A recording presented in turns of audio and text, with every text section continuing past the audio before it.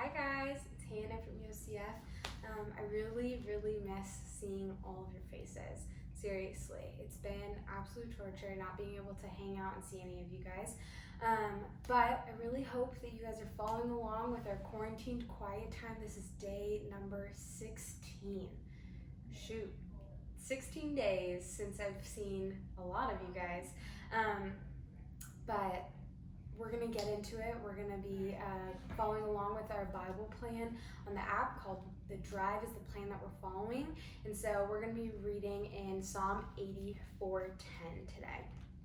And I'm reading the NIV. Better is one day in your courts than 1,000 elsewhere.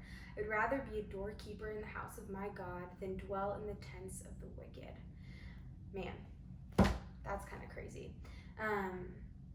So true. There's so many times where I think we go through our walks and we realize through the busyness or maybe just out of our own adversity that we don't want to be close to God's house. And his house is the church, and the church is, yes, a building, but it also is so much more than that.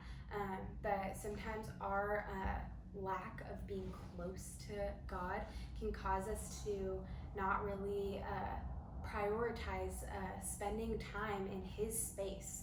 Just like how when you are spending time with a friend all the time and they're your best friend and you know them so well, it's so comfortable to be with them wherever they are. Be in their home with them. You can walk right in and maybe like you sit down, talk to the parents, hang out, grab something from like the kitchen. Like, I don't know how it rolls for you guys, but when you're that comfortable with somebody, it becomes so easy for us to be able to live in community with them. But if we feel awkward, like maybe you had an argument or like you didn't maybe tell the truth to your friend about something, or you just are feeling really distant because you guys are kind of moving separate ways, it's the same thing with God. If we choose to do things that are putting ourselves distant from God, it can feel uncomfortable to be able to be at church sometimes, or maybe be around other people that are our church community. And so while we haven't been able to be meeting in the same space for a while, I want to encourage you guys to think about, is there anything going on in your life that has made you kind of feel like a pushback from being in the presence of God, or being in the presence of his church or in his community that he's put around you? And so I don't want you guys to feel like you're continuously putting yourself in isolation, even after we get out of quarantine times. But like it says in this passage, it is better for us to be on the outside and on that like bare minimum skirts on the courts of being with God instead of being fully away somewhere else.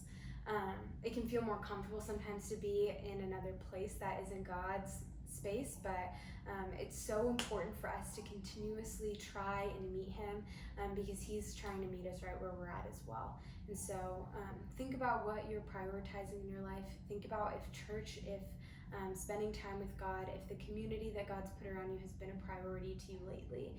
And maybe that means that you need to be more intentional about the choices that you make, or the people that you spend time with, or what kind of time you want to be spending even in this time of quarantine. If you're going to be intentional about having conversations and meeting up with people that you are knowing from church.